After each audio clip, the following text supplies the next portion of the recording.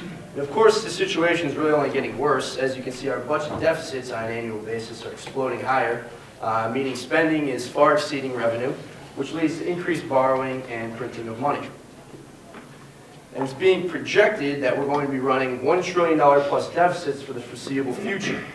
This information, based off the Congressional Budget Office's projection, shows the budget deficit increasing to over $2 trillion by the end of the decade.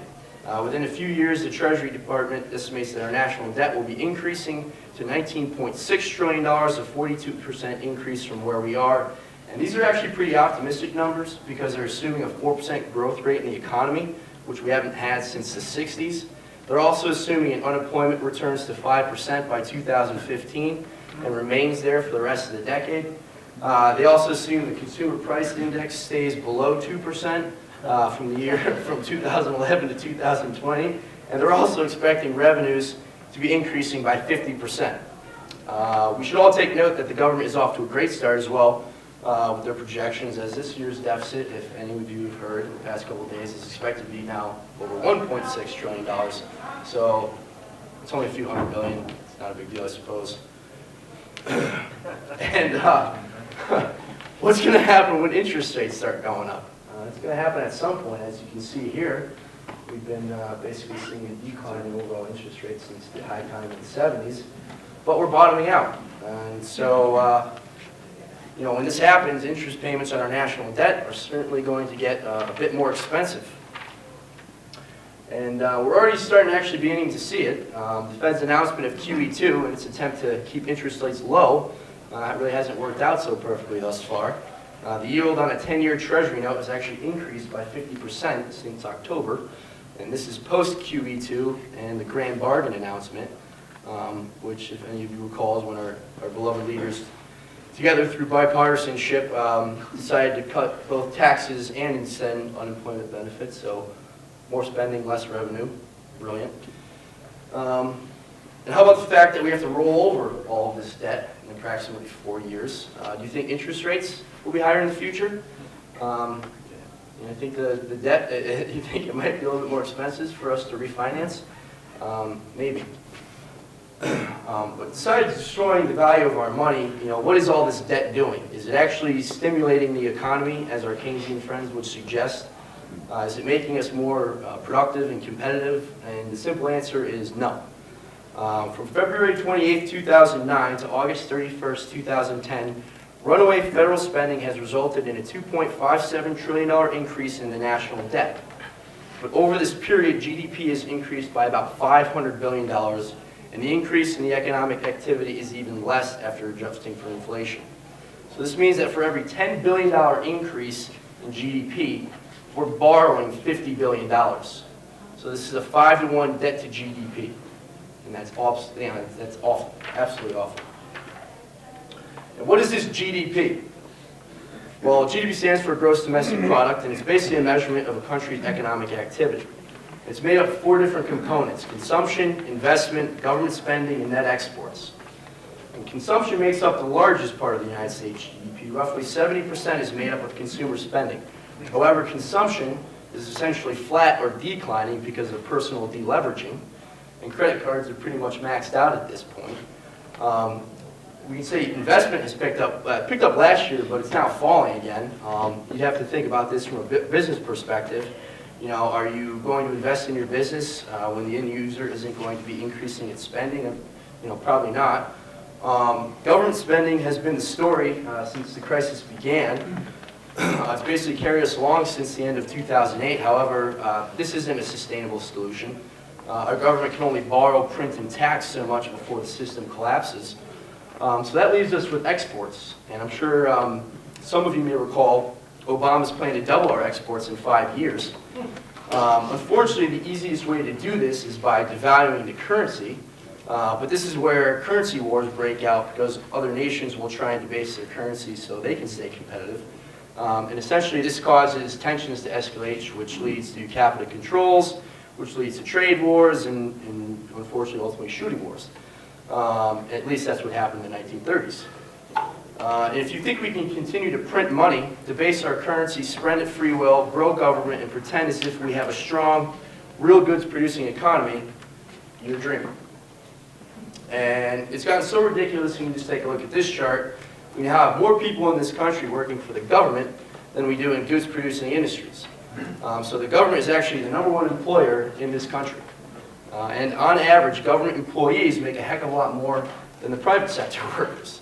In fact, the number of federal workers earning $150,000 or more has soared tenfold in the past 5 years and has doubled since Obama has taken office. Again, we've gone from being the greatest producing and creditor nation in the world to the greatest consumer and debtor nation. And the only reason we've been able to do this is because of our monetary system, which has the dollar as the world's reserve currency. And the fact that the US dollar is the world's reserve currency remains as the most marketable commodity. Basically, all commodities, and most importantly oil, are priced in dollars. Therefore, when a foreign country wants to buy oil from Saudi Arabia, they have to have US dollars in order to facilitate that transaction. And we have been spoiled, essentially, because we really have no incentive to produce goods, because unlike other nations who have to produce goods in order to get more imports, all we have to do is print more money. In the words of French economist Jacques Rueff, Americans enjoy a deficit without tears. But this is ending because the dollar is becoming more and more of a poor store of value, and therefore people don't want it. And as you can see, the dollar has lost nearly 96% of its purchasing power since the Fed was created in 1913. There's no doubt about it that the real cost of living is increasing dramatically. Taking a look at some commodity prices over the past year, and it's easy to see that there have been some pretty huge gains. And some may attribute these gains to supply and demand factors, but really the main cause is the dollar is losing its value. The effects of having fiat money are even more pronounced when you look at this chart. Okay? Here we can see the average price levels in the United States going all the way back to 1665. It's rather evident that we begin to see price inflation really begin to take hold right as the Federal Reserve starts to take control of the monetary system.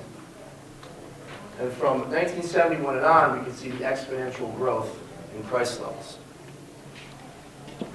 which was the year, obviously, we went off gold. Now, the government would have you believe there is no inflation out there. If you take a look at the government-produced CPI, it certainly looks like there's no inflation. However, you have to understand that the government has purposely manipulated this number in order to downplay the real rate of inflation. So how do the statisticians do it? Well, they use substitution, hedonics, and geometric weighting. What substitution is basically if steak becomes more expensive and you buy hamburger instead, then the Bureau of Labor Statistics reasons your cost of beef has stayed the same. Therefore, there's no inflation. Hedonics, if the 2011 model of a car costs more than the 2010 model, but it also comes with more standard equipment, the BLS reasons you're still getting the same value for new money. There's no inflation.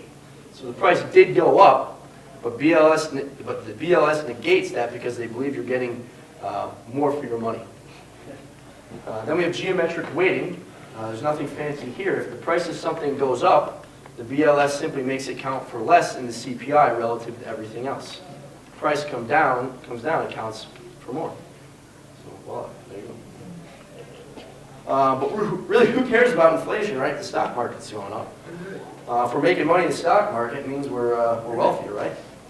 Well, I would argue, as Chris Ballow from GATA does, that there are no markets anymore, only interventions. If we look at this chart here, we can see that the rise in the S&P 500 correlates nearly perfectly with that of the creation of new money by the Fed. Inflation, which is an increase in the money supply, causing prices to go up, and it is also causing the stock market to go up. So if your cost of living is rising just as fast, if not faster than your savings in the stock market, you're not growing your wealth. Of course, in nominal terms, your savings are going up, but in real terms, you're not getting ahead. Inflation really is just a hidden tax that people don't understand. So now I'd just like to read a quote from John Maynard Keynes, the famous British economist and socialist whose policies have been followed for much of the 20th century. I quote, "Lenin is said to have declared that the best way to destroy the capitalist system was to debauch the currency. By a continuing process of inflation, governments can confiscate, secretly and unobserved, an important part of the wealth of their citizens. By this method, they do not only confiscate, but they confiscate arbitrarily And while the process impoverishes many, it actually enriches some. The sight of this arbitrary rearrangement of riches strikes us not only at security, but also at confidence in the equity of the existing distribution of wealth. Those to whom the system brings windfalls beyond their deserts and even beyond their expectations or desires become profiteers, or the object of the hatred of the bourgeoisie, whom the inflation has impoverished, not less than of the proletariat. As the inflation proceeds and the real value of the currency fluctuates wildly from month to month, all permanent relations between debtors and creditors, which form the ultimate foundation of capitalism, become so utterly disordered as to be almost meaningless, and the process of wealth-getting degenerates into a gamble and a lottery. Lenin was certainly right. There was no subtler, no surer means of overturning the existing basics of society than to devalue the currency. The process engages all of the hidden forces of economic law on the side of destruction, and it does it in a manner which not one man in a million is able to diagnose. So bottom line, where is all this heading? Well, former president of the Cleveland Federal Reserve, Jerry Jordan, said back in 1996 that money in the 21st century will surely prove to be as different from money of the current century as our money is from that of the previous century. So the current monetary system is breaking down. It's only a matter of time until we see a new monetary system come into place. Some of you may have heard about the comments that World Bank President Robert Zoellick made recently, where he calls for a new international monetary system that involves the dollar, the euro, the yen, the pound, the renminbi, and the system should also consider employing gold as an international reference point. We also had at the G8 meeting of last year, Russian President Dmitry Medvedev actually pulled out a United Future World Currency coin out of his pocket bearing the words "Unity in Diversity." Then in June of this year, he told an audience in Russia that we are making plans for the future. We are talking about creating other reserve currencies, and we are counting on other countries to understand this. French President Sarkozy at the same forum said the world powers should think together about a new international currency system. We've been based on the Bretton Woods Institution of 1945, when our American friends were the only superpower. My question is, are we still in 1945? The answer here is no.